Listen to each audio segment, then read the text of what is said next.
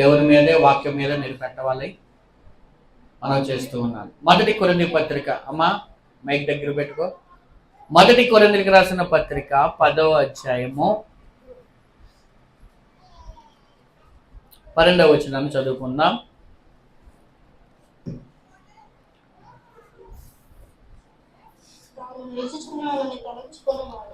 తాను నిలుచున్నానని తలంచుకున్నవాడు పడకుండా ఉండినట్లు జాగ్రత్తగా చూసుకోవాలి. దేవునికి స్తోత్రం కలుగును గాక. ఇక ఈ వాక్యాన్ని మనం ధ్యానం చేద్దాం ఈరోజు. తాను నిలుచున్నానని తలంచుకున్నవాడు పడిపోకుండా ఉండినట్లు జాగ్రత్తగా చూసుకోవాలి. ఈ బల్ల సందర్భంగా, బల్లారోధన సందర్భంగా జాగ్రత్త లేకపోతే ఏమైంది అనేది మనం నేర్చుకోవాలి ఈరోజు.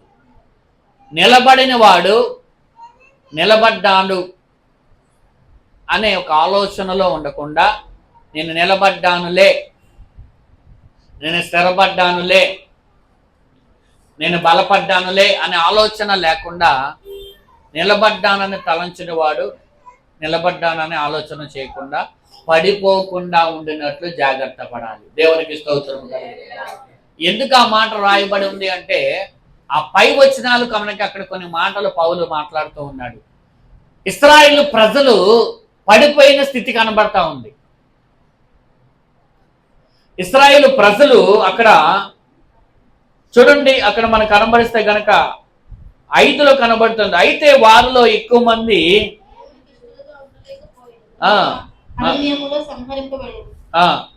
వారు ఆశించిన ప్రకారం మనము చెడ్డవాటిని ఆశించకున్నట్లు ఈ సంగతులు మనకు దృష్టాంతములుగా ఉన్నది. చూడండి, వాళ్ళు ఆశించినట్లుగా మనం ఆశించకూడదు. వాళ్ళలో చాలా మంది దేవునికి ఇష్టలుగా బ్రతకలేకపోయారంట. దేవుని బిడ్డలారా, దేవుని మందిరానికి వచ్చిన దేవుని బిడ్డలారా, మనము మనకి ఇష్టమైన వారుగా కాదు, మనం దేవునికి ఇష్టమైన వారుగా మనం బ్రతకాలి. అదే భక్తి. ఎవరికి ఇష్టమైన వారుగా బ్రతకాలి? కారణం ఏమిటి? మనము దేవుని సొత్తైన ప్రజలం కాబట్టి, మనము ఆయన బిడ్డలం కాబట్టి, మనము దేవుని ప్రజలము కాబట్టి, మనము దేవునికి ఇష్టమైన వారుగా మనం బ్రతకాలి. ఎప్పుడైతే మనం దేవునికి ఇష్టమైన వారుగా మనం బ్రతుకుతామో, మన జీవితాల్లో దేవుడు తన కరుణను, తన కనికరమును, తన దయను మన మీదకి తీసుకొస్తాడు. హల్లెలూయా. మేలులతో మన దేవుడు నింపుతాడు. ఈ లోక సంబంధమైన మేలులే కాదు కానీ పరలోక రాజ్యములో పర సంబంధమైన దీవెనలతో, ఏమండి, పర సంబంధమైన ఆశీర్వాదాలతో ప్రభు మనల్ని నింపి తన రాజ్యములో ఆయన మనల్ని చేర్చుకుంటాడు. దేవునికి స్తోత్రం కలుగును గాక. అంటే దేవునికి ఇష్టమైన జీవితాన్ని మనం జీవించాలి. దేవునికి ఇష్టమైన వారుగా మనం బ్రతకాలి. ఈ లోకంలో మనం చీకటిలో ఉన్నప్పుడు, లోకంలో ఉన్నప్పుడు మనకిష్టమైనట్లుగా మనం బ్రతికాం. ఆ బ్రతికిన కాలము చాలు అంటున్నాడు పౌలు. ఇక మనందరము కూడా మనకిష్టమైనట్లుగా బ్రతకడానికి కాదు ఈ జీవితం ఉంది. ఇది మనం ఎందుకు, ఎలాగంటే దేవునికి ఇష్టమైనట్లుగా, దేవునికి ప్రయోజనకరంగా, దేవునికి మహిమకరంగా, దేవుని యొక్క ఘనతకరంగా మనం బ్రతకాల్సిన దినములు. దేవునికి మహిమ కలుగును గాక. హల్లెలూయా. చూడండి, అలాగా వీళ్ళు బ్రతకలేదంట. ప్రభు ఈ వాక్యాన్ని మనకి దృష్టాంతంగా రాశాడని రాయబడి ఉంది. అంటే వాళ్ళు చేసినట్లుగా మనం చేయకూడదంట, వాళ్ళు పడిపోయినట్లుగా మనం పడిపోకూడదు. ఈ కాలంలో కూడా చాలా మంది పడిపోతూ ఉన్నారు, చాలా మంది దేవుళ్ళు తప్పిపోతూ ఉన్నారు, చాలా మంది పడిపోతూ ఉన్నారు, చాలా మంది లోకంలో కలిసిపోతూ ఉన్నారు. అందుకే ప్రభు ఈరోజు మనతో మాట్లాడుతున్నాడు. మనము జాగ్రత్తగా భక్తి చేయవలసిన దినములు ఇవి. మనము బహు జాగ్రత్తగా మనం భక్తి చేయాలి. చాలా మంది దేవుని భక్తి అంటే నిర్లక్ష్య ధోరణితో ఉన్నారు. దేవుని భక్తి అంటే అశ్రద్ధతో బ్రతుకుతున్నారు చాలా మంది. కానీ భక్తితో గనక అశ్రద్ధ చేస్తే నీ జీవితం నవ్వుల పాలైపోద్ది, నీ కుటుంబం నవ్వుల పాలైపోద్ది, నీ జీవితం నవ్వుల పాలైపోద్ది. నీకు దేవుని భక్తి ఎడల శ్రద్ధ లేకపోతే లోకంలో బ్రతికే తప్పులేదు. కానీ దేవునిలోకి వచ్చిన నీవు శ్రద్ధగా, భక్తిగా, జాగ్రత్తగా భక్తిలో బ్రతకకపోతే కనుక నీ జీవితము నవ్వుల పాలైపోయే ప్రమాదం ఉంది. హల్లెలూయా. చూడండి, అక్కడ వారు ఆశించిన ప్రకారంగా మనము చెడ్డ వాటిని ఆశించకూడదు. వారు దేవునికి చాలా మంది ఇష్టలుగా బ్రతకలేకపోయారంట. ఎందుకు వాళ్ళు దేవునికి ఇష్టలుగా బ్రతకలేకపోయారు? వారు ఏ విషయాల్లో పడిపోయారంటే కింద రాశాడు చూడండి కొన్ని విషయాలు. వారు రాగుటకును కూర్చుండి ఆడుటకు లేచిరి, రాయబడినట్లు వారిలో కొందరి వలె మీరు విగ్రహారాధకులై ఉండుడి. మరియు వారి వలె మనము వ్యభిచరింపక ఎందుము. వారిలో కొందరు వ్యభిచరించి ఒక్క దినముననే 23,000 మంది కూలిరు. మనము ప్రభువును శోధింపక ఎందుము. వారిలో కొందరు శోధించి సర్పముల వలన నశించిరి. మీరు సంగకుడి. వారిలో కొందరు సనికి సంహారకుని చేత నశించిరి. ఈ సంగతులు దుష్టాంగాలుగా ఏమిటంట, దుష్టాంతములుగా వారికి సంభవించి మనకి బుద్ధి కలగడానికి దేవుడు రాయించాడంట. అమ్మ అందరు తల్లి పైకెత్తండి. మనకి బుద్ధి రావడానికి వాళ్ళు ఏ విషయాలు తప్పిపోయారు ఇక్కడ రాశాడు. సనిగారు, చెప్పండి, శోధించారు దేవుని మీద సనిగారు, శోధించారు, దేవుని విడిచిపెట్టి వేరే వాటిని ఆరాధించారు. ఏమండి, వీళ్ళు ఇక్కడ ఏ విషయాల్లో పడిపోయారో చూడండి ఒకసారి, అందరూ చూడండి. ఇప్పుడు ఒక మార్గంలో వెళ్ళినప్పుడు ఆ మార్గము బాలేదు, ఆ మార్గంలో వెళ్తే పడిపోతాము, ఆ మార్గము సరిగ్గా లేదు ఆ దారి అని ఎవరైనా మనకు చెప్పినప్పుడు మనము వినకుండా నేను ఆ దారిలోనే వెళ్తానని వెళ్ళి పడిపోయిన వారిని ఏమంటారు? మూర్ఖులు అంటారు. ఏమంటారండి? ఎందుకని? చెప్పినా కూడా, కళ్ళ ముందు పడిపోయినా కూడా వీళ్ళకి ఇంకా ఏం రాలా, స్పృహ రాలా. ఇక్కడ దేవుడు మనకు ముందుగానే చెప్తున్నాడు ఇశ్రాయేలు ప్రజలు ఎలా పడిపోయారు. ఇశ్రాయేలు ప్రజలు పడిపోయిన విధానం ఎలాగ పడిపోయారో కూడా ప్రభు స్పష్టంగా తెలియజేసినప్పుడు వీటిని మనము మన దృష్టిలో పెట్టుకొని మనం అలాగ నడవకుండా దేవునికి ఇష్టమైన వారుగా మనం బ్రతకాలి కదా. అందుకే కదా ప్రభు ఈ వాక్యాలు బైబిల్ గ్రంథంలో రాయించాడు. కానీ ఇంకా అలాగే నడిస్తే, ఇంకా అలాగే వెళ్తే ఏమవుతుంది చెప్పండి? మనల్ని ఏమంటారు? అప్పుడు మూర్ఖులు అంటారు. ఏమంటారు చెప్పండి? అంటారా అనరా? దేవుని స్తోత్రం చెప్పండి. ఇక్కడ ఎవరు మూర్ఖులు లేరు. అందరూ కూడా మంచిగా దేవుని బిడ్డలు దేవుని వాక్యాన్ని నేర్చుకొని చక్కగా దేవునికి ఇష్టమైన జీవితాలు జీవించుదురుగాక. హల్లెలూయా. చూడండి, మనము చక్కగా దేవునికి ఇష్టమైన వారుగా మనం బ్రతకాలి. చాలా మంది పడిపోతున్నారు. కొంతమంది పడిపోయారు, లేచిన వారు ఉన్నారు, పడిపోయిన వారు ఉన్నారు. ఏమండి, చూడండి, ఆ కొత్త నిబంధనలో పడిపోయిన వ్యక్తి ఎవరు? యేసు ప్రభు శిష్యుల్లో ఒకడు ఉన్నాడు. చెప్పండి, పేరు చెప్పండి. యోధా పడిపోయాడా లేదా? ప్రభుత్వం ఉన్నా కూడా పడిపోయాడు యోధా. పౌలుతో ఉన్న ఒక వ్యక్తి కూడా పడిపోతాడు. పేరు చెప్పండి. దేమానా ఒక వ్యక్తి ఉంటాడు, పేరు గుర్తురా అట్లా. ఆ వ్యక్తి పడిపోయి లోకాశుల్లో కలిసిపోతాడు ఆ వ్యక్తి. మరి పాత నిబంధనలు ఎంతమంది పడిపోయారంటే చాలా మంది పడిపోయారు. ఆకాన్ ఉన్నాడు, గెహజీ ఉన్నాడు, చూడండి, సంసోన్ ఉన్నాడు, దావీదు ఉన్నాడు. కానీ దావీదు పడిపోయి తిరిగి లేచాడు. దేవునికి స్తోత్రం కలుగునుగాక. పడిపోయి తిరిగి లేచాడు. సంసోన్ చివరిలో కూడా తెలుసుకున్నాడు, కానీ అప్పటికి ఏమైపోయింది? ఏమండి, యోధా కూడా తెలుసుకున్నాడు, అప్పటికి క్షమాపణ దొరకలేదంట. అర్థమైందా? అంటే పడిపోయిన భక్తులు మన కళ్ళ ముందు చాలా మంది కనబడతా ఉన్నారు. అలాగే నిలబడి దేవునికి ఇష్టమైన జీవితాన్ని జీవించిన భక్తులు కూడా మనకున్నారు. దేవునికి స్తోత్రం కలుగునుగాక. ఈ రోజు ప్రియ దేవుని ప్రజలారా, పడిపోయిన వారిని మాదిరిగా పెట్టుకుంటారా? నిలబడిన వారిని మాదిరిగా పెట్టుకుంటారా? నిలబడిన వారిని, దేవునికి ఇష్టమైనగా బ్రతికిన వారిని మనం మాదిరిగా పెట్టుకొని మన ద్వారా దేవుని నామం మహిమపరచబడాలి. దేవునికి స్తోత్రం చెప్పండి. మీ ద్వారా దేవుడు మహిమపరచబడాలి, మీ ద్వారా దేవుడు ఘనపరచబడాలి. అదే దేవుడు మనకిచ్చిన జీవితానికి మనము మన శరీరానికి కాదు, మనం దేవునికి రుణస్థులం. చెప్పండి, ఎవరికి రుణస్థులం మనం? దేవునికి ఎందుకు రుణస్థులం మనం? చెప్పండి. ఆయన మన కొరకు తన జీవితాన్ని, తన రక్తాన్ని, తన మొత్తము, తన యవ్వనకాల జీవితాన్ని మన కొరకు అర్పించాడు. అవునా? మన కొరకు తన రక్తం అంతా కూడా ధారపోశాడు, మన కొరకు తన ప్రాణాన్ని పెట్టాడు, మన కొరకు సమస్తాన్ని విడిచిపెట్టి భూమికి దిగి వచ్చాడు. ఆయన మనకు పరలోక రాజ్యం ఇచ్చాడు. మన రుణస్థలమా కాదా ప్రభుకి? ప్రతి వాళ్ళు మన రుణస్థలమే దేవునికి, ప్రతి వారం రుణస్థలమే, కానీ శరీరానికి రుణస్థలం కాదు. నేను అదే చెప్పే రోజు అక్కడ శరీరానికి రుణస్థలుగా బ్రతుకుతున్నారు కొంతమంది, దేవునికి రుణస్థలుగా కాకుండా. ఈరోజు ఏం వారం? ఈరోజు ఆదివారం కదా, మటన్ తెచ్చుకుందాం, చికెన్ తెచ్చుకుందాం అంటారు. శరీరం అంటది, శరీరం అంటది మటన్ డబ్బులు ఎక్కువ ఉంది మటన్ తెచ్చేయి, డబ్బులు తక్కువ ఉంటే చికెన్ తీసుకురా, అంతేగాని పప్పు గిప్పు అలాంటివి ఇవ్వడమాట శరీరం అంటది. ఇప్పుడు ఏది కోరుకుంటుంది? ఆహారాన్ని శరీరమే కదా, శరీరమే కదా కోరుకుంటుంది. ఆదివారం పూట పప్పు కానీ పాలకూర కానీ తోటకూర కానీ వండితే తినిద్దా మన శరీరం? ఒప్పుకుంటుంది అసలు? ఆదివారం ఏంటి అసలు, పప్పులేంటి అసలు? ఆదివారం మటన్ తినాలి అసలు, కొన్ని లేవా, కొన్ని చికెన్ అయినా సరిపెట్టు, అది లేదంటే గుడ్ అయినా కావాలి, అంతేగాని అస్సలు ఒప్పుకో శరీరం. అంటే శరీరం ఏది కావాలో దానికి రుణస్థలు అయిపోతున్నారు. ఎందుకు ప్రార్థన, పడుకో, తర్వాత వెళ్ళు ప్రార్థనకి, కాసేపు పడుకోవచ్చుగా అంటది శరీరం. సరే అని చెప్పి డుప్పు అని పడుకుంటాం, 5 నిమిషాలకి లేపుతాం అనుకుంటాం, 5 నిమిషాలు కాదు అయ్యేది, గంట అయిపోద్ది తెలుసా.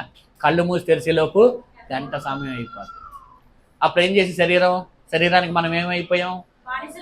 రుణస్థలం అయిపోతున్నాం. అది ఏది కోరుకుంటే అది జరిగిపోతుంది. శరీరానికి మనం రుణస్థలం అయిపోతున్నాం, కానీ శరీరానికి కాదు, దేవునికి రుణస్థలం మనం. పౌలు అంటాడు, నేను యేసయ్యకి రుణస్థుడిగా ఉన్నాను. హల్లెలూయా. యేసయ్యకి మనం రుణస్థులుగా ఉన్నాం కాబట్టి ఏం చేయాలి?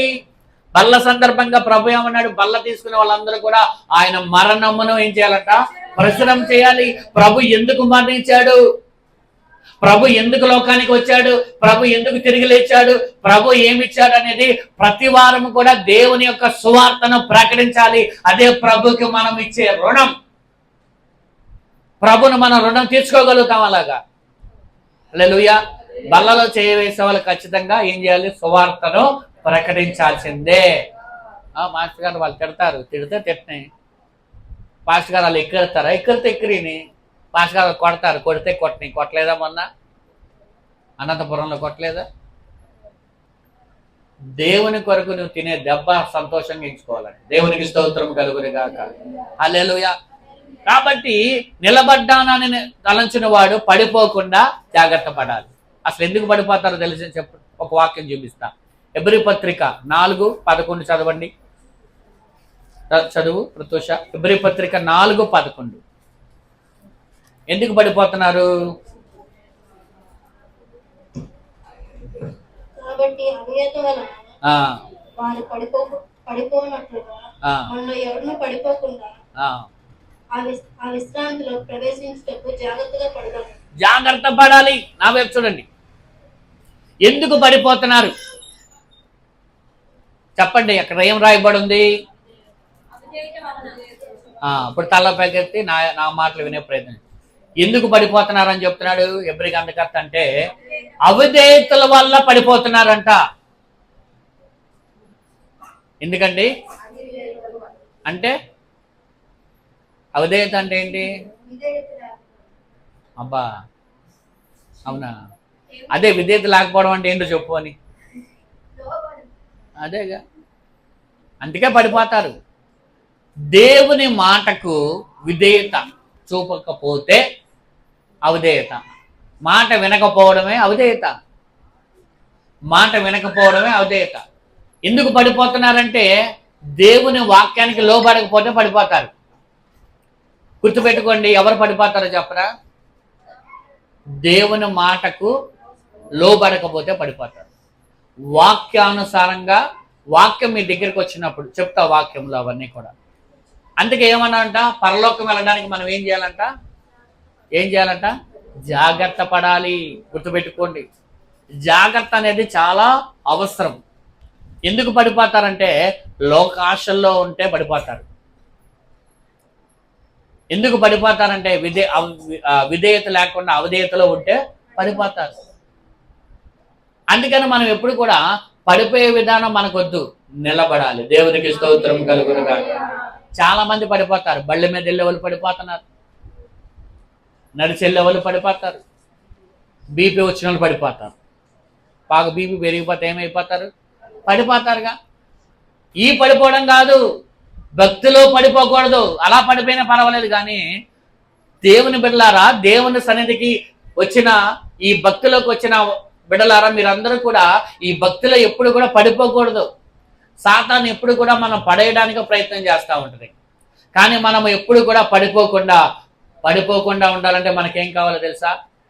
బండి మీద వెళ్ళే వాళ్ళు అంటారు, లేదా ఇంటి నుంచి బయటికి వెళ్ళే వాళ్ళు అంటారు, అయ్యా జాగ్రత్త అయ్యా. ఏమంటారు చెప్పండి? జాగ్రత్త అయ్యా, జాగ్రత్తగా వెళ్ళండి, జాగ్రత్తగా తోలండి, జాగ్రత్తగా తొక్కండి, జాగ్రత్తగా వెళ్ళండి, అటు ఇటు చూసుకోండి. పిల్లలకి మనం చెప్తాం, ఏదైనా కొట్టుకెళ్తే అమ్మన్నప్పుడు, అయ్యా అమ్మ కొంచెం రోడ్డు అటు ఇటు చూసుకొని అప్పుడు వెళ్ళండి. చూసుకోకపోతే ఏమైతే వాహనాలు గుద్దేస్తాయి. జాగ్రత్త అనేది చాలా అవసరం ఈ దినాల్లో. కొన్ని మాటలు దీనివల్ల మనం నేర్చుకుందాం. ఈరోజు 13 విషయాలు ఉన్నాయి, 13 జాగ్రత్తలు చెప్తాం మీకు ఈరోజు.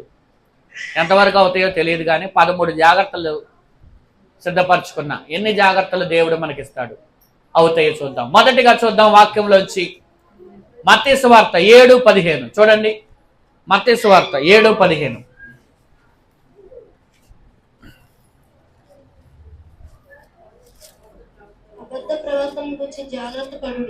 ఎవరి గురించి జాగ్రత్త పడాలి చెప్పండి అందరూ కూడా? అబద్ధ ప్రవక్తల గురించి మీరు జాగ్రత్త పడండి.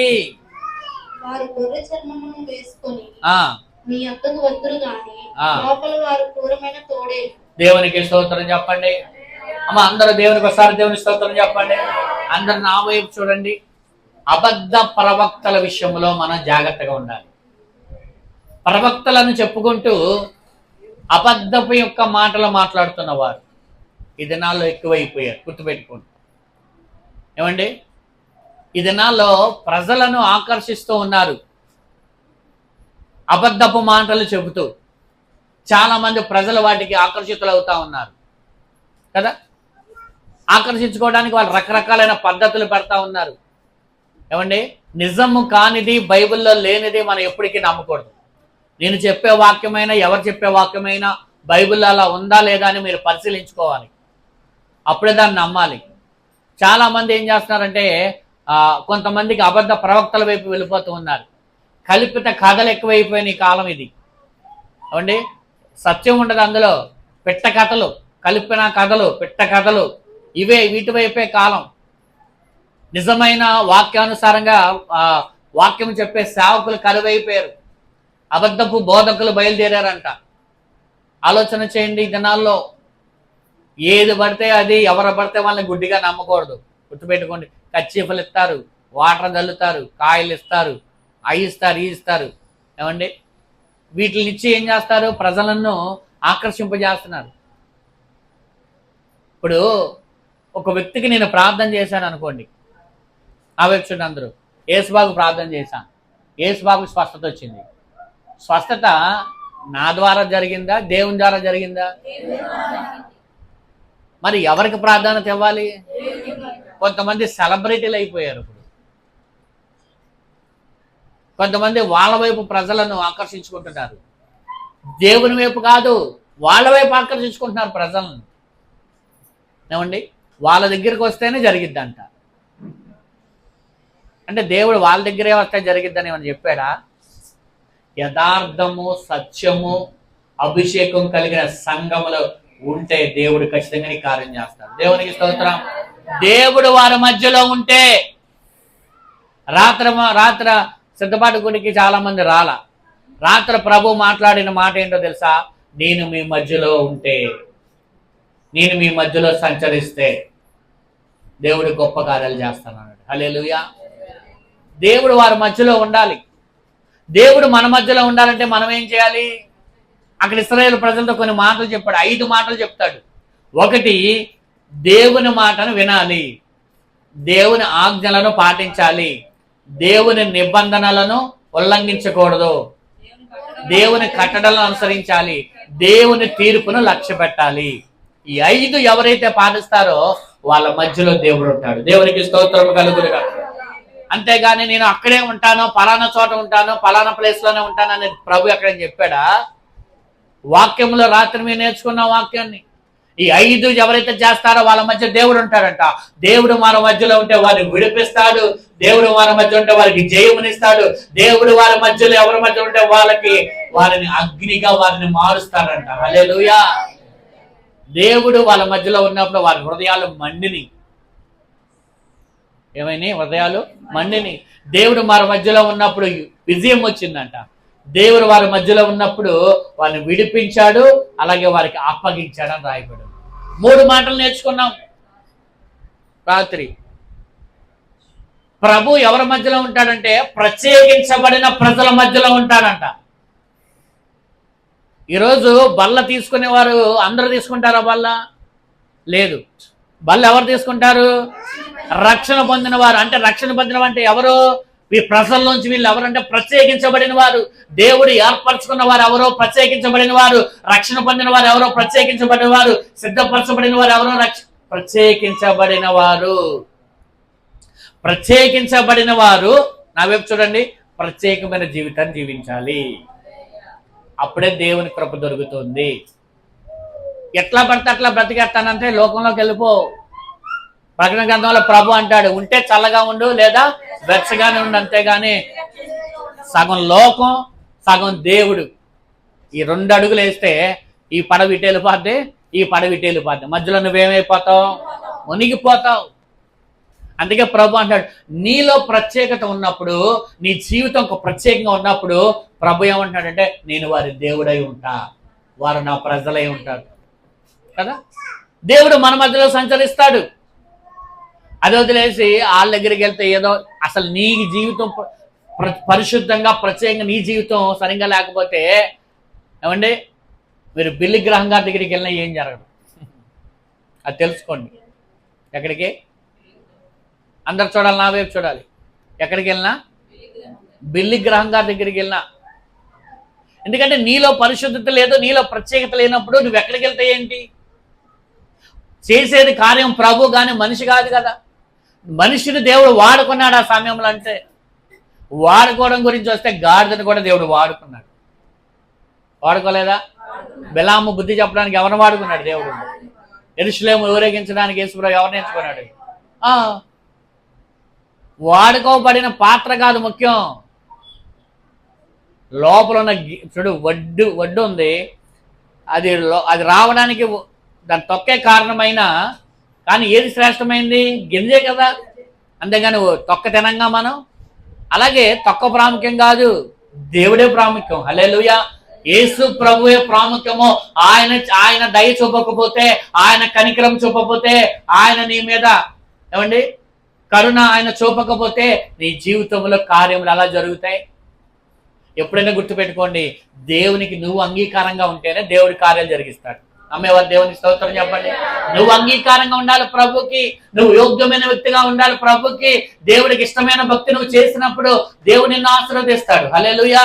అందుకే ఇక్కడ రాయబడిన మాట మనం గమనిస్తే అబద్ధ బోధకుల విషయంలో మనం జాగ్రత్తగా ఉండాలి. ఎందుకు జాగ్రత్తగా ఉండాలి? లేకపోతే వారు చెప్పిన అబద్ధాలన్నీ నమ్మేసి నువ్వు అటు వెళ్ళిపోతే నువ్వు నరకానికి వెళ్ళిపోతావు. కాబట్టి పౌలు అంటాడు, నేను చెప్పిన బోధలో కాకుండా నేను వేరేది చెప్తే నా మాటలు కూడా మీరు నమ్మొద్దు అన్నాడు. తెలుసా? నేను చెప్పిన మాటలు కాకుండా వేరొక మాటలు నేను చేద్దామని చెప్తే మీరు నమ్మొద్దు అన్నాడు. అంటే చూడండి, దుర్బోధల కాలం ఎక్కువైపోయింది. కాలం ఫేక్ పాస్టర్లు ఎక్కువైపోయారు, అబద్ధపు సేవకులు బయలుదేరారు.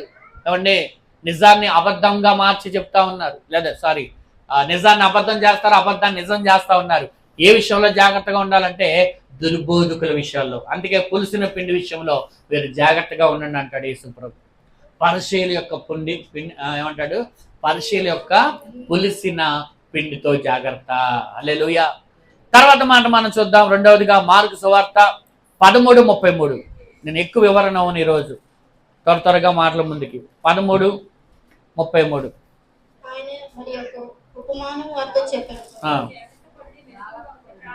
ఆగండి. 13:33 చదువమ్మా, కంగారం లేదు చదువు.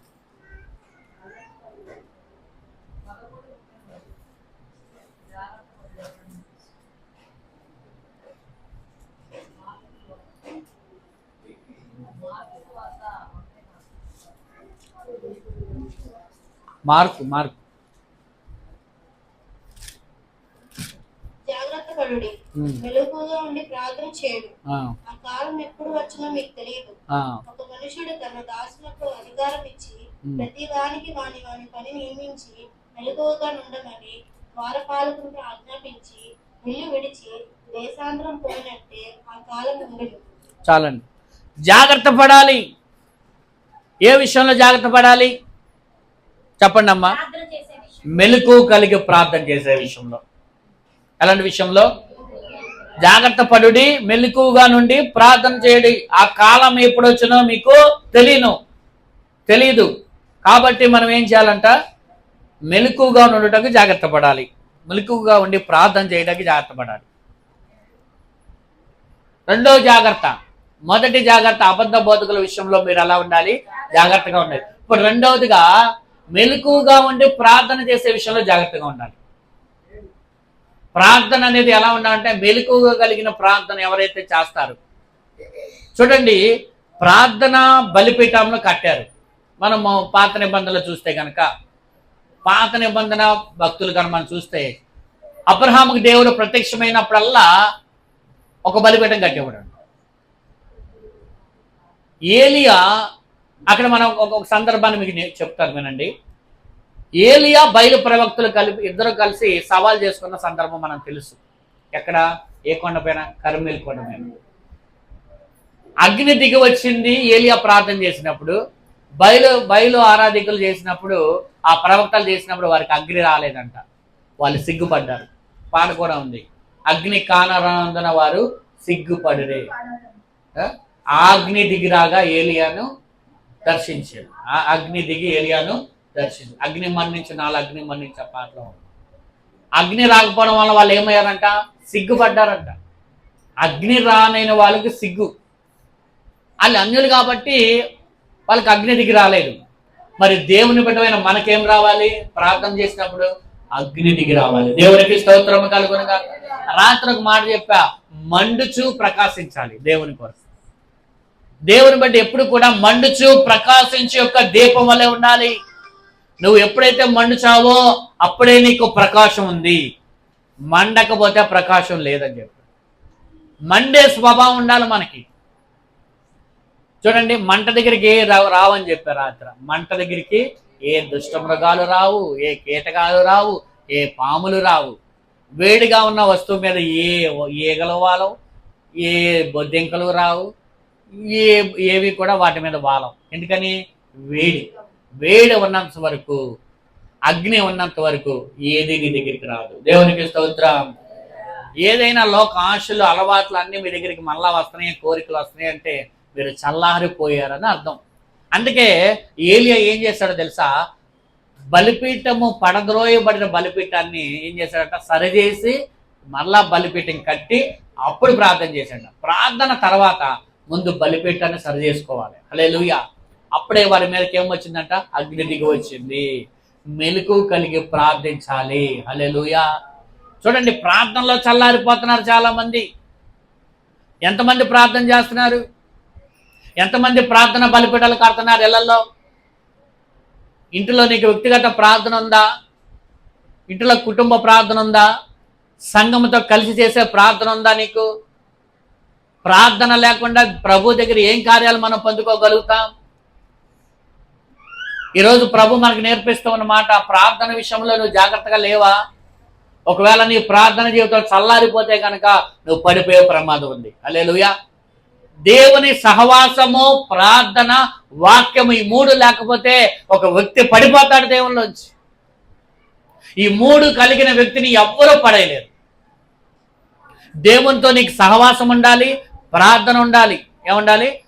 ప్రార్థన ఉండాలి, సహవాసం ఉండాలి, వాక్యం ఉండాలి. నీలో ఈ 3 ఉండాలి నీకు. ఈ 3 లేకపోతే పడిపోతావు నువ్వు ఖచ్చితంగా. అందుకే బాప్తిసం తీసుకున్న వ్యక్తితో చెప్పే మాట అదే, ప్రార్థన, సహవాసము, వాక్యం, ఈ 3 నువ్వు నిలిచి ఉంటే నువ్వు ఎన్నడూ పడిపోవు. దేవునికి స్తోత్రం కలుగు. నీ జీవితంలో ప్రార్థన లేకపోతే ఎలా పడిపోతావు? ప్రార్థన లేకపోతే ఎలా నిలబడతావు? యాకోబు ఎన్ని సంవత్సరాలు ప్రార్థన చేయలేదండి? 20 సంవత్సరాలు చేయలే. చాలా మంది ప్రార్థన ఎప్పుడు చేస్తారు తెలుసా? వాళ్ళకి ఆపద వచ్చినప్పుడు చేస్తారు. ఎప్పుడండి? ఆపదలు వస్తేనే యాకోబు ఎప్పుడు చేశాడు? వాళ్ళ అన్న చంపడానికి రెడీగా ఉంటే అప్పుడు చేశాడు ప్రార్థన. దేవుడు ఎప్పుడు మాట్లాడాడు యాకోబుతో? వెళ్ళేటప్పుడే మాట్లాడాడు. ఎప్పుడండి? ఆ రాత్రి తన ఇంట్లోంచి వాళ్ళ అన్న భయంతో వెళ్ళిపోతూ తలగడగా రాయిగా చేసుకొని ఒక రాత్రి యాకోబు పడుకున్నప్పుడు దేవుడు యొక్క దర్శనంలో మాట్లాడాడు, వాగ్దానం ఇచ్చాడు. ఇన్ని చేసిన దేవుడికి 20 సంవత్సరాలు ఎండకి ఎండాను అంటున్నాడు, వానకు తడిచాను అంటున్నాడు, నిద్రలేని రాత్రులు గడిపాను అంటున్నాడు, ఇన్ని చేశాను అంటున్నాడు, కానీ ప్రార్థన చేశానని చెప్పాడా? చాలా మంది బాధపడడానికి ఇష్టపడుతున్నారు, కృంగిపోవడానికి ఇష్టపడుతున్నారు, శ్రమను అనుభవించడానికి ఇష్టపడుతున్నారు, నిద్రలేని రాత్రులు గడుపుతున్నారు, కానీ ప్రార్థన చేయడానికి ఏం చేయట్లా, ఇష్టపడట్లా. ఆ యాకోబు అనే మహానుభావుడు 20 సంవత్సరాలు ప్రార్థన చేయలేదంట.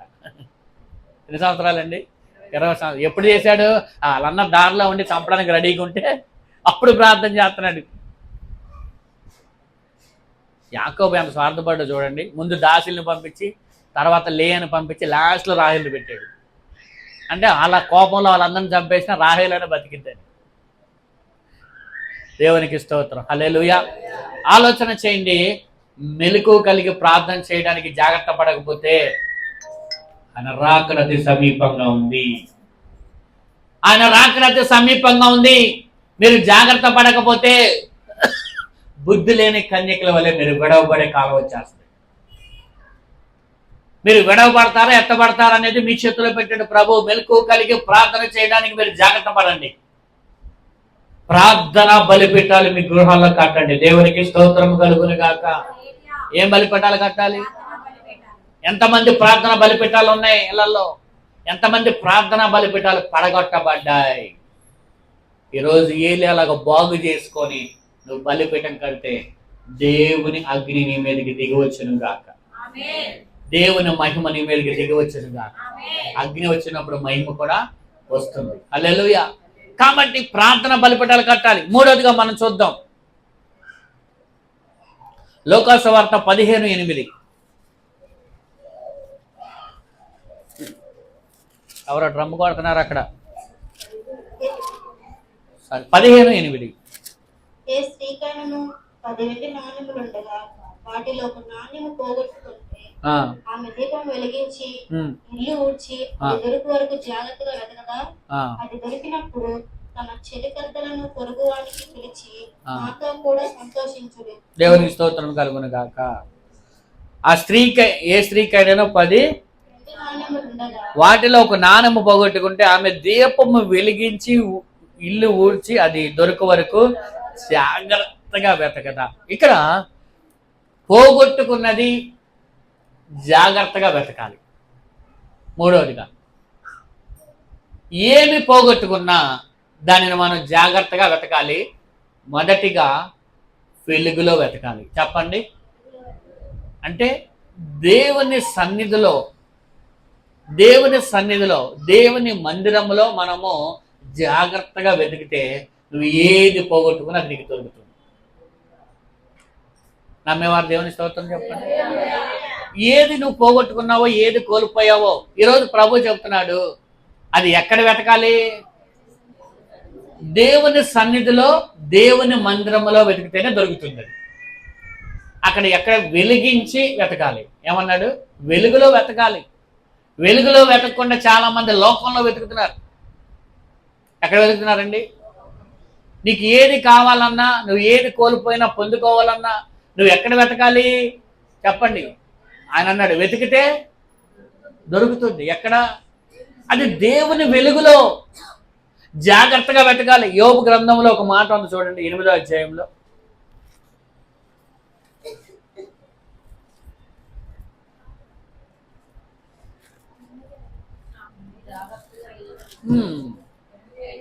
నీవు జాగ్రత్తగా దేవుని వెతికిన ఎడల, సర్వశక్తుడైన దేవుని బతుకులను కొని ఎడల, నీవు పవిత్రుడు యథార్థవంతుడై ఎడల, నిత్యముగా ఆయన నీ యందు శ్రద్ధ నిలిపి నీ నీతికి తగినట్లుగా నీ నివాస స్థలము వృద్ధులు చేయి. అప్పుడు నీ స్థితి మొదట కొద్దిగా నుండినను, తొదకు ఎలా ఇద్దంట? మహావృద్ధి. గట్టిగా చప్పల కొట్టాలి దేవునికి. నీ స్థితి మొదట కొద్దిగా ఉన్నాను, అది మహావృద్ధిలో దేవుడు నడిపించను కాక. ఎలా నడిపిస్తాడండి దేవుడు? ఇప్పుడున్న స్థితి కొద్దిగానే ఉంది. ఇప్పుడు నీకు కొంచెంగానే ఉన్నావు, నీ స్థితి కొంచెంగానే ఉంది. తుదకి మహాభివృద్ధి జరిగిద్దంట. ఎప్పుడు? నువ్వు జాగ్రత్తగా వెతకాలి, దేవుని సన్నిధిలో వెతకాలి. అలాగే ఇక్కడ ఒక మాట, నీ నీతికి తగినట్లుగా నీ నివాస స్థలాన్ని, ఆ మాటకు అర్థం తెలుసా? అంటే నీ నీతి ఎలా ఉందో దానికి తగినట్లుగా దేవుడు చేస్తాడు. దేవుని స్తోత్రం చెప్పండి. ఆశీర్వాదం ఎక్కడుందో తెలుసా? నువ్వు జీవించే విధానంలో ఉంది. నీ నీతికి తగినట్లుగా నీ నివాస స్థలాన్ని ఆయన ఏం చేస్తాడు? అంటే నీ నీతి ఎలా ఉంది అంటే నీకు తగినట్లుగానే దేవుడు చేస్తాడు. ఏదైనా నువ్వు ఎలా జీవిస్తున్నావు, ఎలా భక్తి చేస్తున్నావు అనేది దేవుడు చూసి కొలిసి దానికి తగినట్లుగానే నీ నివాస స్థలాన్ని వర్ధిల్ల చేస్తాడంట దేవుడు. మరి ఆశీర్వాదం ఎక్కడుంది? వర్ధిల్లింపజేసే విధానం ఎక్కడుంది? వర్ధిల్లే విధానం ఎక్కడుందంటే అది నీ దగ్గరే ఉందని దేవుడు చెప్తున్నాడు. హల్లెలూయా. నువ్వు జాగ్రత్తగా వెతకాలి. అది ఎక్కడ వెతకాలి? దేవుని సన్నిధిలో వెతకాలి. ఎప్పుడైతే నువ్వు అలా వెతుకుతావో అది నీకు దొరుకుతుంది. ఇప్పటి వరకు లోకంలో వెతికేవేమో, ఇప్పటి వరకు మనుషుల దగ్గర వెతికేమో, ఇప్పటి వరకు ఎక్కడెక్కడో వెతికేవేమో. ఈరోజు ప్రభు అంటున్నాడు, నువ్వు ఎక్కడ వెతకాలంటే ఆయన వెలుగులో నువ్వు జాగ్రత్తగా వెతికినట్లయితే దేవుడు అంటున్నాడు, నువ్వు పోగొట్టుకున్న నీకు తిరిగి దొరుకుతుంది. దేవునికి స్తోత్రం చెప్పండి. హల్లెలూయా. నువ్వు పోగొట్టుకున్న నీకు దొరకాలి అంటే నువ్వు ఆయన వెలుగులో జాగ్రత్తగా వెతకాలి, ఆయన దగ్గరుండే వెతకాలి. ఎక్కడ పడితే అక్కడ వెతికేవేమో, ఎక్కడ పడితే అక్కడికి వెళ్ళేవేమో, ఎవరిని పడితే వాళ్ళ దగ్గరికి వెళ్ళి అడుగుతున్నావేమో. ఆయన వెలుగు లేకుండా నువ్వు ఎక్కడ అది దొరకదు. వెలుగు లేకుండా ఏది మనకి దొరకదు. అది పోగొట్టుకున్న దానిని వెలుగులోనే వెతకాలి, అప్పుడే నీకు కనబడుతుంది. హల్లెలూయా. మూడవదిగా అయిపోయింది. నాలుగవదిగా మనం చూద్దాం. నాలుగవదిగా ఎఫెసీ పత్రిక 5:16. ఎఫెసీ పత్రిక 5:16.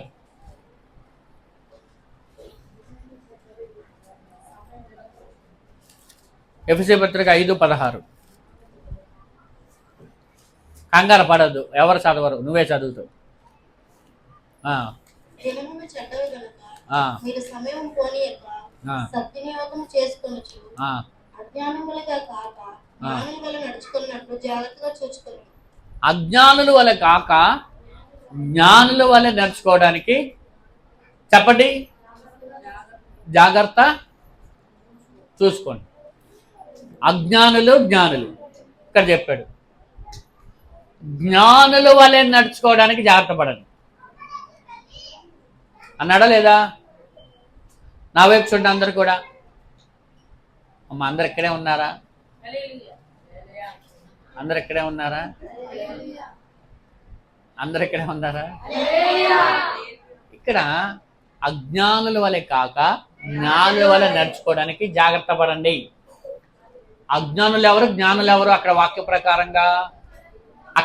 ప్రకారంగా మామూలుగా అజ్ఞానులు జ్ఞానులు అంటే దాని విషయం వేరే ఉంది. కానీ ఇక్కడ అజ్ఞానులు జ్ఞానులు అనే మాట దేని గురించి చెప్పాడంటే సమయం విషయంలో చెప్పాడు. జ్ఞానుల వల్లే జాగ్రత్తగా ఉండడానికి, మనం జ్ఞానుల వల్ల బ్రతకడానికి ఉండడానికి జాగ్రత్త పడాలి. అంటే ఇప్పుడు ఏ విషయంలో జాగ్రత్త పడాలి మనం? అది ఎలా ఉండాలి? సమయం. ఏది పోయినా తిరిగి వచ్చిద్దేమో కానీ పోయిన సమయాన్ని ఎన్ని కోట్లు ఇచ్చినా తిరిగి రాదు. కాలం అనేది వెనక్కి. ఒక్కొక్కప్పుడు నేను అనుకునేవాడిని, నేను నా చిన్నప్పుడు రోజులు గుర్తు తెచ్చుకొని అబ్బా ఇలా ఉంటే ఇప్పుడు భలే ఉంటుంది అనుకునేవాడిని. అప్పుడు ఆడుకునేవి, అప్పుడు స్నేహితులతో తిరిగినాయి, అప్పుడు వెళ్ళిన సందర్భాలు అవన్నీ గుర్తు తెచ్చుకున్నాం. ఒక్కోసారి అబ్బా ఇలా ఉంటే బాగుండేది కదా, మళ్ళీ ఆ రోజులు వస్తాయా? తలుచుకొని గుర్తు చేసుకొని ఆనందించడం తప్ప మళ్ళీ అలాంటి విషయాలు, మళ్ళీ అలాంటి సందర్భాలు మనకి రావు. ఎందుకంటే కాలం ఎప్పుడు కూడా తిరిగి రాదు. కానీ అందుకనే సమయం అనేది వృధా పరచుకోకూడదంట. గుర్తుపెట్టుకోండి. దేవుని బిడ్డల సమయాన్ని చెప్పండి. ఇక్కడ ఎంతమంది జ్ఞానులు ఉన్నారు? అమ్మ మీరందరూ జ్ఞానులేనా? దేవుని స్తోత్రం చెప్పండి. ఎంతమంది సమయాన్ని వృధా పరుచుకుంటున్నారో, ఎంతమంది సమయాన్ని సద్వినియోగపరుచుకుంటున్నారు? ఈ వాక్యపు వెలుగులో నేను ఒక మాట చెప్తా వినండి. సమయం గనక వృధా పరుచుకోవడం ఏంటి, సద్వినియోగం చేసుకోవడం అంటే ఏంటి? మీకున్న సమయాన్ని ఎక్కువగా పని విషయం తీసేయండి. పని అంటే అది వేరు, కూర్చోవాలి. పని విషయం తీసేయండి, నా వైపు చూడండి. పని కాకుండా మిగతా ఖాళీ సమయంలో మీరు ఆ సమయాన్ని ఎంతగా దేవుని కొరకు ఖర్చు పెడుతున్నారు? ఆ సమయాన్ని, లేదా ఆ సమయాన్ని ఎంతగా వేరే ఇతర వ్యర్థమైన వాటి కొరకు ఖర్చు పెడుతున్నారు? ఇప్పుడు ఒక మాట మీకు చెప్తున్నాను కదా, ఇప్పుడు ఎక్కువ సమయాన్ని చూడండి, ఎక్కువ సమయాన్ని మీకు ఖాళీగా ఉన్న సమయాన్ని దేవునికి కాకుండా, ప్రార్థనకి కాకుండా, వాక్యానికి కాకుండా, కూడికలకు కాకుండా ఎక్కువగా ఎక్కడెక్కడైనా సమయాన్ని గడిపితే మీరెవరో తెలుసా? నేను అనట్లేదు ఆ మాట, నా మీదకి రామాకండి. పౌలు దగ్గరికి వెళ్ళండి ఏమైనా అడగాలనుకుంటే. పౌలు దగ్గరికి వెళ్ళాలండి. ఇప్పుడు వెళ్తాం కుదరదు. ఎప్పుడు అంటారు చూసావా, పరలోక పిలుపు, అప్పుడు పిలుచుకొని అప్పుడు వెళ్ళండి. అవునా కాదా? అజ్ఞానులు అంటున్నాడు పౌలు. జ్ఞానులు ఏం చేస్తారంట? మరి అలాగా, ఎవరిలాగా? మరి అలాగా దేవుని దగ్గరికి గడుపుతారు. ఎవరు? ప్రభు అంటున్నాడు, ఇప్పుడు ఎవరు జ్ఞానులు ఎవరు అజ్ఞానులు అంటే, నా దగ్గర ఎవరైతే సమయం గడుపుతారు, నా దగ్గర ఎవరైతే ఎక్కువ గడుపుతారు, నా దగ్గర ఎవరైతే కూర్చుంటారు, ఎక్కువ ఎవరైతే ప్రార్థనలో ఉంటారు, వారందరూ జ్ఞానులు. ఇది ఎవరు అంటున్నారు తెలుసా? పౌలు ద్వారా దేవుడు అంటున్నాడు. హల్లెలూయా. ఈరోజు దైవ సేవకుడిగా నా ద్వారా మాట్లాడుతున్నాడు ఈ మాట, అంతే. ఈరోజు మీరు ఇప్పటి వరకు సమయాన్ని ఒకవేళ వృధా పరుచుకున్నారేమో, మీరు జాగ్రత్త పడండి సమయం విషయంలో. హల్లెలూయా. ఎక్కువగా దేవుని దగ్గర గడపండి. చూడండి, గొప్ప గొప్ప కార్యాలు జరిగిన భక్తులందరూ కూడా అమ్మాయి చూడాలి, దేవుని దగ్గర గడపడం వల్లే జరిగినాయి. పాస్టర్ గారు, మా కుటుంబంలో పరిస్థితులు మారాలి, మా కుటుంబంలో గొప్ప కార్యాలు ప్రభు చేయాలి, పాస్టర్ గారు ప్రార్థన చేయండి అంటున్నారు. సరే, నేను చేస్తా, కానీ మీరు కూడా దేవుని దగ్గర కూర్చోండి, దేవుడు మీ జీవితాల్లో గొప్ప కార్యాలు చేస్తాడు. హల్లెలూయా. చాలా మంది వాళ్ళు చేయరు కానీ వాళ్ళు ప్రార్థన రిక్వెస్ట్ కోరుతారు. ప్రార్థన రిక్వెస్ట్ కోరడం తప్పులేదు, కానీ నువ్వు కూడా ప్రార్థన చేయాలి కదా. ఇప్పుడు యేసుబాబు వచ్చి సీనన్న నా కొరకు ప్రార్థన చేయాలంటే యేసుబాబు అంటాడు, సీనన్న కూడా అంటాడు, నా కోసం కూడా ప్రార్థన చేయ బ్రదర్ అంటాడు. ఈయన కోసం ఆయన చేయాలి, ఆయన కోసం ఈయన చేయాలి కదా. అలా చేస్తేనే ప్రార్థన. అలా కాకుండా ఈయన ఆయన కోసం చేయమని చెప్పి ఆయన చేయకపోతే, ఈయన చేయకపోతే, ఆలోచన చేయండి. ఈరోజు ప్రభు మాట్లాడుతున్నాడు, మీ సమయాన్ని జాగ్రత్తగా ఖర్చు పెట్టండి. దేవునికి స్తోత్రం కలుగును గాక. ఏం చేయాలి? సమయాన్ని. ఇంకొక మాట చెప్పి ముగించేస్తాను సమయం. చూడండి, మళ్ళీ తర్వాతగా మనం మాట్లాడలే కనుక ఇంకో మాట మనం నేర్చుకుంటే, 5వదిగా కొలసీలకు రాసిన పత్రిక 2:8 చదవండి. 2:8.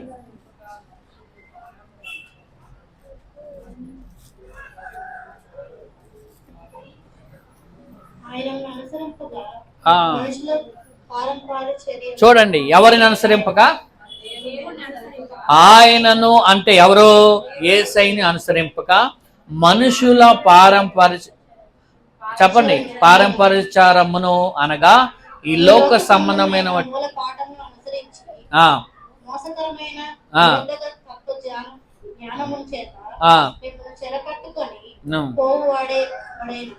పోవాడు ఎవడైనా. దేవునికి స్తోత్రం. దేవుని నుంచి ఆచారాల వైపు, మూఢ నమ్మకాల వైపు ఎవరైనా మిమ్మల్ని నడిపించేవారు ఉంటారేమో, వాళ్ళ గురించి జాగ్రత్త పడండి. కొంతమంది వాళ్ళకేదో అంతా వాళ్ళకే తెలిసినట్టు చెప్తారు. మీరు ఎవరు ఏది చెప్పినా ముందు వాక్యంలో ఉన్నదా లేదా చూసి దాన్ని బట్టి నమ్మాలి. మరలా చెప్తున్నాను, కొంతమంది ఏంటంటే ఇక్కడ చెప్పాడుగా, దేవునిని అనుసరించకుండా ఏమనుసరిస్తారంట? మనుషుల యొక్క చెప్పండి ఆచార వ్యవహారాలు, సాంప్రదాయాలు, పద్ధతులు. ఎలా కాదు, ఎలా చేయాలి, నీకు తెలీదా? ఎలా చేయకపోతే అలాగా, మనం ఫస్ట్ నుంచి ఇలాగే చేస్తున్నాం అనగానే, అవునా, సరే అండి, సరే అలాగే చేద్దాం. ఇక వాక్యం లేదు, దేవుడు లేడు. ఇక అలాంటి విషయాల్లో మనం జాగ్రత్తగా ఉండాలంటున్నాడు. చూడండి, చాలామంది చూడాలి, చాలామంది వివాహ విషయాల్లో, చనిపోయినప్పుడు ఫంక్షన్ల విషయాల్లో ఇలా ఎవరెవరో ఏదో చెప్పినవి పాటిస్తూ ఉంటారు. కానీ వాక్యంలో ఉందా లేదా అనేది చూడరు. వాక్యం ఏం చెప్తుందో తెలుసుకోరు. దైవశాఖలు ఏం చెప్తున్నారో తెలుసుకోరు. వాళ్ళు అలా చెప్పారని వాళ్ళ ప్రకారం మీరు చేసేస్తే, ఇప్పుడు వాళ్ళు అలా లోకంలో చేశారంటే వాళ్ళకి ఆ పద్ధతులు వాళ్ళ ఇష్టం, వాళ్ళకి తెలియదు కాబట్టి, వాళ్ళు దేవుని బిడ్డలు కాబట్టి వాళ్ళు చేసుకున్నారు. కానీ మనం అలా చేయకూడదుగా, మనం వాళ్ళ చేత నడిపించబడకూడదుగా. అదే అన్నాడు, వాళ్ళ విషయంలో ఎలా ఉండాలంట చెప్పండి, జాగ్రత్తగా ఉండి. ఎవరైనా మిమ్మల్ని అలాగ నడిపిస్తారేమో చూడండి, మళ్ళా చదువు ఆ మాట ప్రత్యూష. ఆయనను అనుసరింపగా మనుషుల పారంపర్యాచారమును అనగా ఈ లోక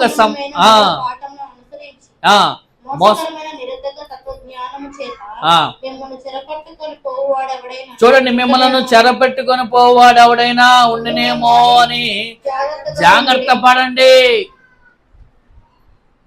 మిమ్మల్ని తప్పుదారిలోకి నడిపించేవాళ్ళు, సాంప్రదాయ వైపు నడిపించేవాళ్ళు, మోసకరమైన వాటి వైపు నడిపించేవాళ్ళు ఎవరైనా ఉన్నారేమో వాళ్ళ విషయంలో మీరు జాగ్రత్త పడండి అని చెప్తున్నాడు ఇక్కడ. 5వ జాగ్రత్త, అబద్ధ బోధకుల విషయంలో మనం జాగ్రత్తగా ఉండాలి. మెలకు కలిగి ప్రార్థించే విషయంలో జాగ్రత్తగా ఉండాలి. పోగొట్టుకున్న దాన్ని పొందుకునే విషయంలో జాగ్రత్తగా వెతకాలి. సమయం విషయంలో మన జ్ఞానుల వల్ల బ్రతకడానికి జాగ్రత్త పడాలి. ఏమండి, మనుషుల ఆచార సంబంధమైన విషయాల్లో కాకుండా దేవుని వాక్యానుసారంగా జీవించడానికి మనం జాగ్రత్త పడాలి. ఇంకొక మాట చెప్పనా,